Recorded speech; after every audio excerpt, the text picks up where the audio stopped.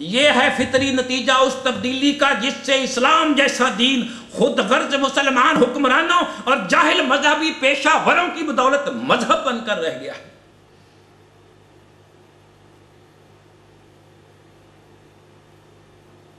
हज काबा से मकसूद ये था कि तमाम दुनिया के मुसलमान इस मरकजी मकाम पर जमा होकर अपने मामलात हयात तय करने की तदाबीर सोचते, इंसानी मुश्किलात का मदावा करते। लेकिन हम हज करने जाते हैं कि उम्र भर के गुनाहों का मदावा कर रहे हैं और आते वक्त जमजम का पानी साथ ले आए कि मुर्दों के कफन पे छिड़काएंगे। लेकिन इस तरह के अमल से मुर्दों को तो क्या, बेअमल जिंदों को भी फायदा नहीं हो रहा।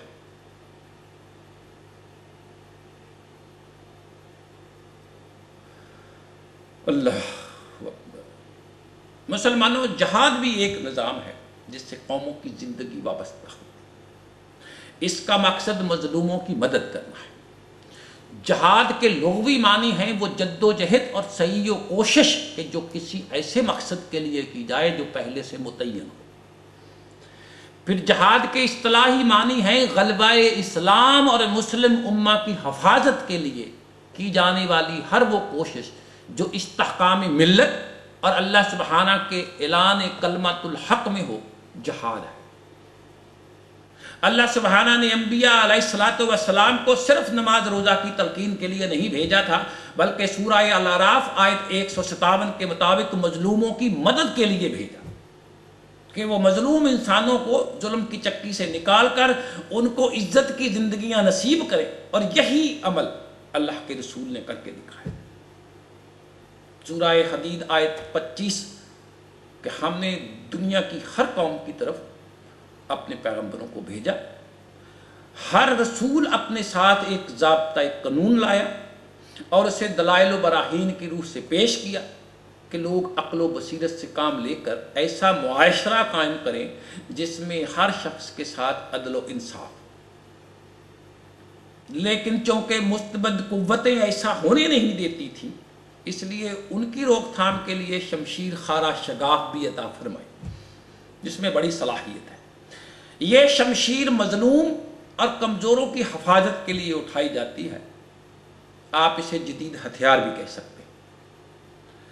इसलिए ये नौहे इंसानी के लिए बड़ी मनफत बख्श है। जालिमों को मगलूब करना ही अल्लाह सुब्हाना के रसूलों का मिशन होता है।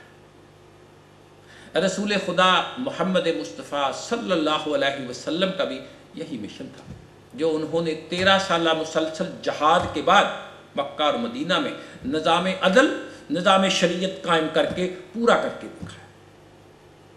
कुरान की सूरह अल-अंबिया आयत 18 के अल्फाज में हक और बातिल एक दूसरे से टकराते रहते हैं।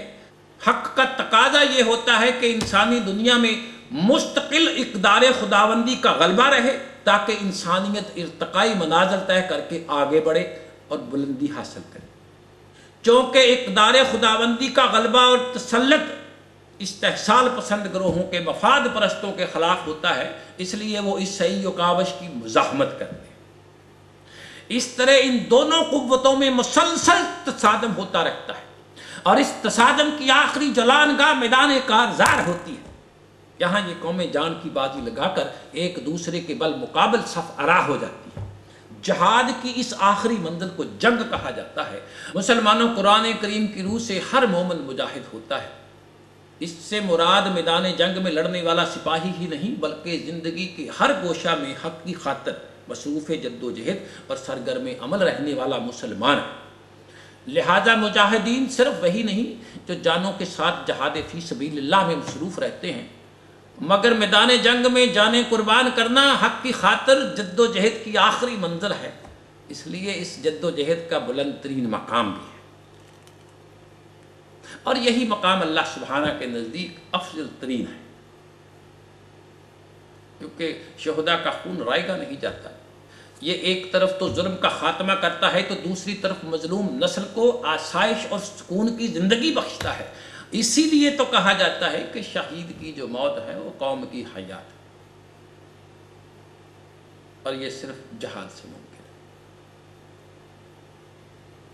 कुरान कहता है कि अंबिया का दुनिया में आने का मकसद ये है कि अंबिया कवानीन खुदाबंदी का नफाज करे और फिर इसके नतीजे में दुनिया में निज़ाम अदल कायम करें।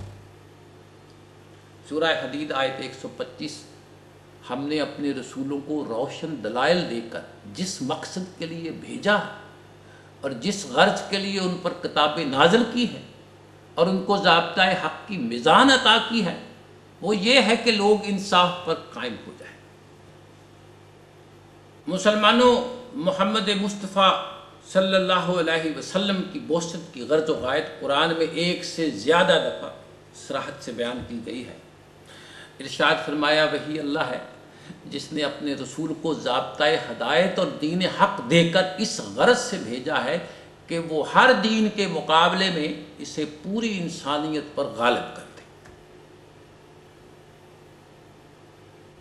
अब अगर इन तमाम कुरानी आयात का मफ़हूम लिया जाए तो वो ये है कि अल्लाह सुबहाना अम्बिया को ऐसा निज़ाम कायम करने के लिए भेजते हैं जो दीन हक़ और इंसाफ पर कायम हो, और वो निज़ाम इस काबिल हो जाए कि दुनिया के तमाम निज़ामों पर गालिब आ जाए। निज़ाम अदल कायम करने के लिए ही अम्बिया अलैहिस्सलाम ये 6 निज़ाम, निज़ाम तौहीद, निज़ाम सलात, निज़ाम ज़कात, निज़ाम सयाम, निज़ाम हज और निज़ाम जिहाद कायम करते हैं। इन 6 निज़ामों का मकसद ये है कि मुआशरा में निज़ाम अदल कायम हो, किसी इंसान पर कोई जुल्म व सितम ना हो, किसी की हक तलफी ना हो, कोई हाकम और जागीरदार ना हो कि खल्क़े खुदा को अपनी गुलामी में रखे। यही मुआशरे में अदल का निज़ाम दीन है, दीन इस्लाम की तालीम है।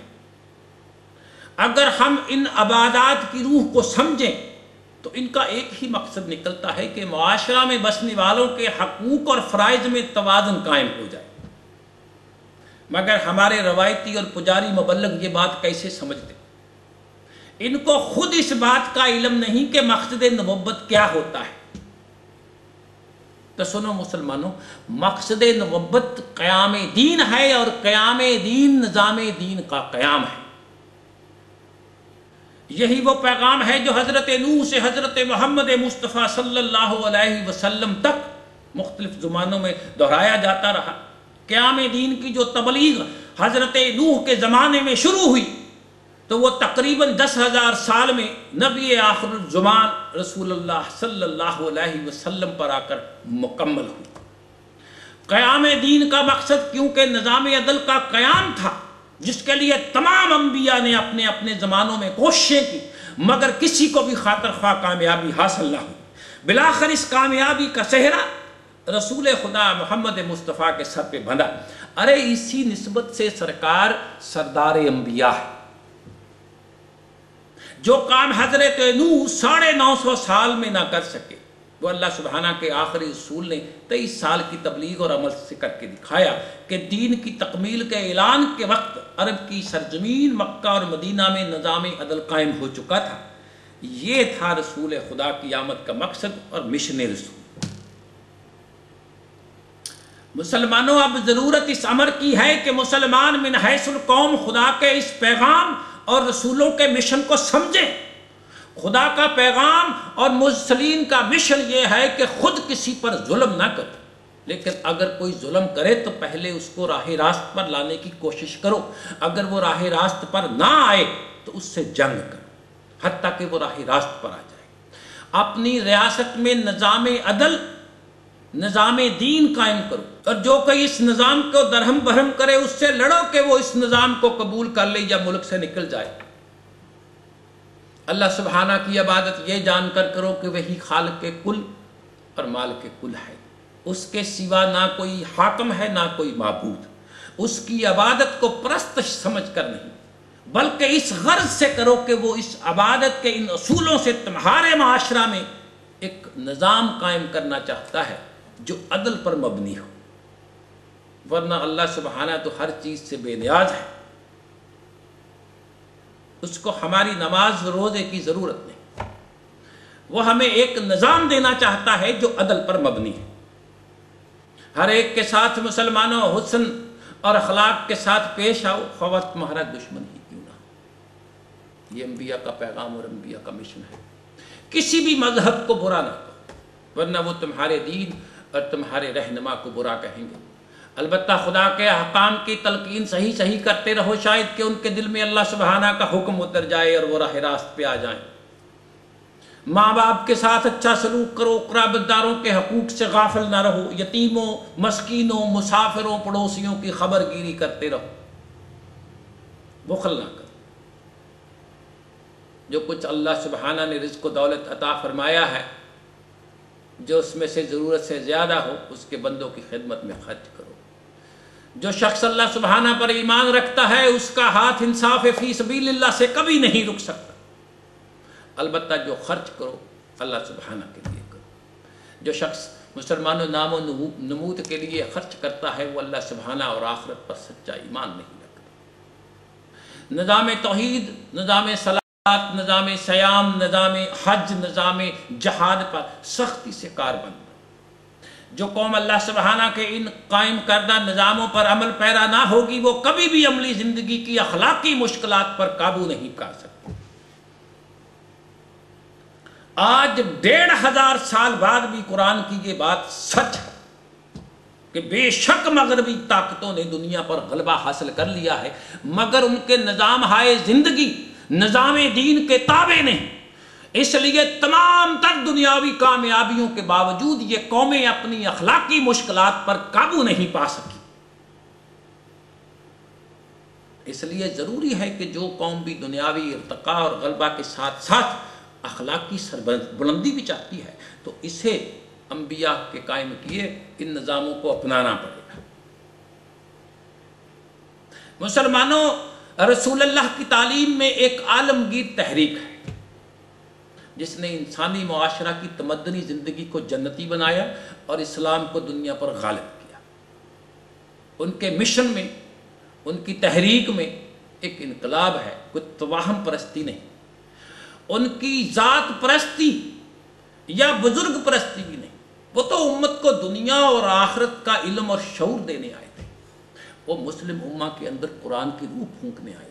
वो ये बताने आए थे कि खुददारी और इज्जत नफ्स की हफाजत जुज़् ईमान है। वो ये समझाने आए थे कि सब इंसान बराबर हैं, हाकिम सिर्फ अल्लाह सुब्हाना की ज़ात है। इस दीनी तहरीक का माटो जुल्म के खिलाफ जहाद और हर शहरी को इंसाफ मुहैया करना था।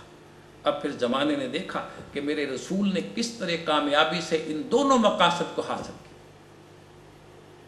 मुसलमानों, इन मकासद को हासिल करने के लिए दो जज्बों की ज़रूरत है, एक जज्बा ईमान और दूसरा जज्बा खिदमत, जो एक अच्छे मुआशरे की असास हैं। और ये दोनों जज्बे रसूलुल्लाह ने बदरजा उत्तम हम उम्मतियों को दिए हैं। ये था मेरे रसूल की बहुसत का मकसद, यह है मिशन रसूल। मेरे मुसलमान बहन भाइयों, चंद लम्हे निकाल कर जरा सोचो कि आज दुनिया में हर जगह मुसलमानों पर बर्क गिर रही है। कल की फाते कौम आज मगलूब मफ्तू हो गई है। कल की सरफराज और सरबुलंद कौम आज मातूब व मकहूर हो चुकी है। इस कौम को कब्र जिल्लत में गिराने वाले कौन कौन से अनासर हैं? ये अपना खोया हुआ वकार किस तरह हासिल कर सकती है?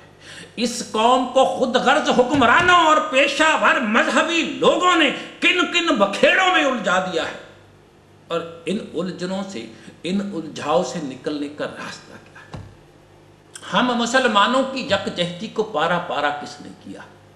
अब टुकड़ों में बटी कौम को यकजा किस तरह किया जा सकता है?